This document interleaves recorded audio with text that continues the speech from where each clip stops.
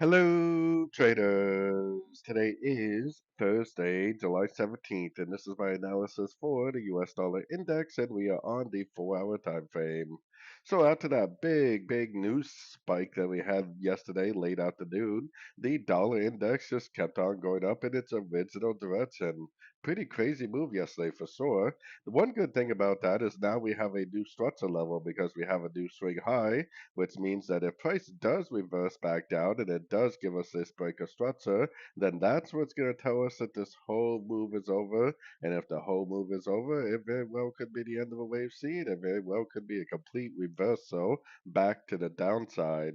But we do have to be cautious. I mean, the most likely place, like I've been saying, is normally the 100% Fibonacci extension, which is up here. The 90% Fibonacci extension is also a level to keep an eye out for.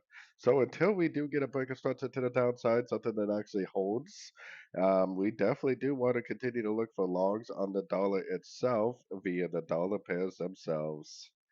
So anyways, don't forget to check out my free Discord channel linked over here in the corner. Take a look at my website, fxpipcollector.com. And as always, thank you for watching and happy trading.